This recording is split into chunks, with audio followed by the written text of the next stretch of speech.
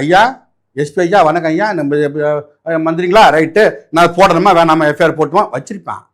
இங்க பாருங்க, ஒரு பிள்ளைக்கு இப்போ அண்மையில் அந்த சொந்தக்காரங்கெல்லாம் போயிட்டு காவல்துறை போய் புகார் கொடுக்க போகிறாங்க. தங்கச்சி +2 மாணவிக்கு என்ன அந்த போலீஸ் சொல்லுது, மகள் நல்லா தேடி பாருங்க, இல்லை எவன் கூட ஓடி போயிருக்கான். திமிரு தானே இதெல்லாம்.